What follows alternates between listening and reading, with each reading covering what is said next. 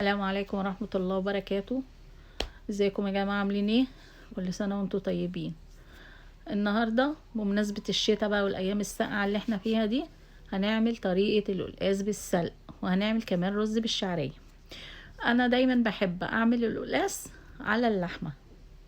في ناس بتحب يعني هو ينفع عادي على شوربة الفراخ وكل حاجة، بس انا بفضل ان انا اعمله على شوربة اللحمة. فانا اوريدي سلقة لحمة وعندي الشوربة بتاعتها. انا بقى هنا قطعت القلقاس، وانا بحب اغسله، ما بحبوش ممسوح بالفوطه وكده. وكل واحد بقى وطريقته، فانا طريقتي ان انا بغسله.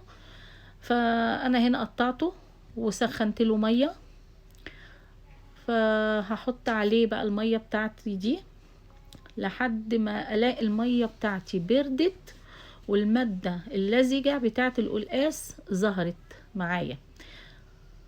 حوالي اسيبه حوالي ربع ساعة او تلت ساعة، وبعدين اكون مسخنة مية تاني، وهدلق بقى افضي المية دي واشطفه شطفة كويسة في المصفى كده تحت الحنفية بالمية الساقعة. وبعد كده احط تاني القلقاس واحط عليه مية سخنة تاني، واسيبه برضو حوالي ربع ساعة تاني. انتوا ممكن تستصعبوا الطريقة، لكن هي سهلة جدا، مش هتحسوا بأساسا بالخطوات دي وانتوا بتشتغلوا. هنا كمان معايا السلق والخضرة اللي هي هنعمل بيها القلقاس. فهنا دي معايا سلق ومعايا كزبرة خضرة. السلق بيتقرطف، بنشيل العود بتاعه اللي في النص ده،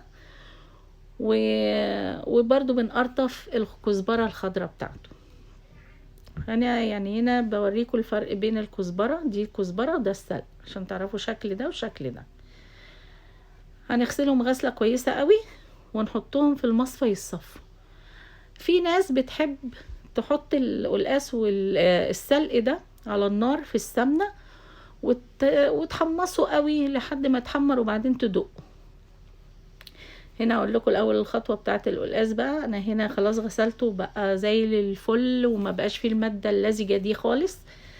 هنا حطيته على النار وحطيت عليه الشوربة بتاعته وهسيبه بقى يتسلق.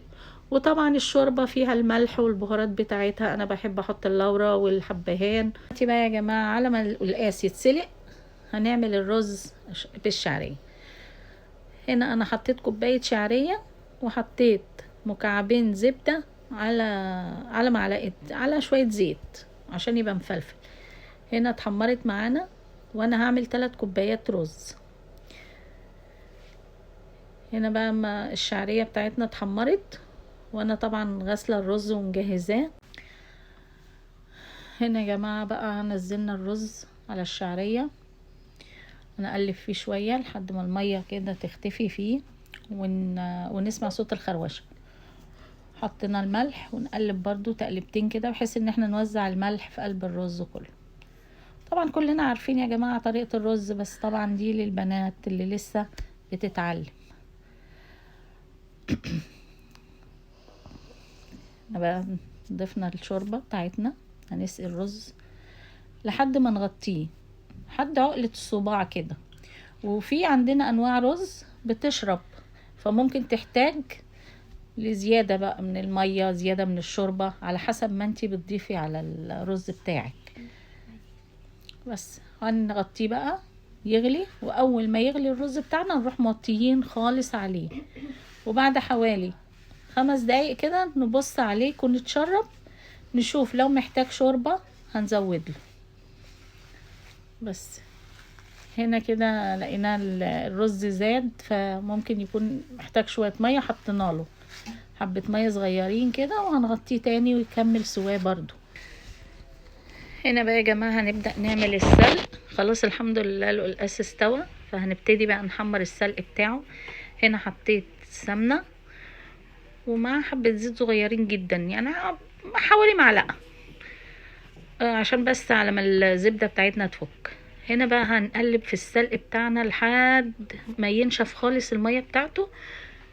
وطبعا انا مش بدق السلق، انا بخرطه زي الملوخية الخضراء بالظبط عشان يبقى ناعم كده وطري وما يبانش.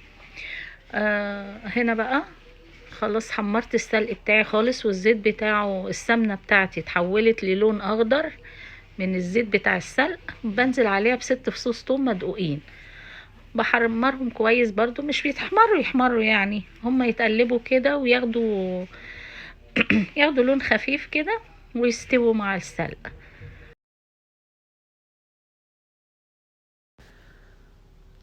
هنا خلاص اتحمر معانا بقى السلق، هنضيفه بقى على القلقاس ونقلبه كده تقلبتين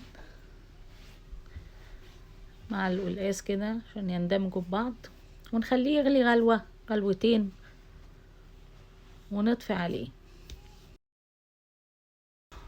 كده. يا جماعة نكون خلصنا الوصفة بتاعت النهاردة، واشوفكم ان شاء الله في فيديو جديد.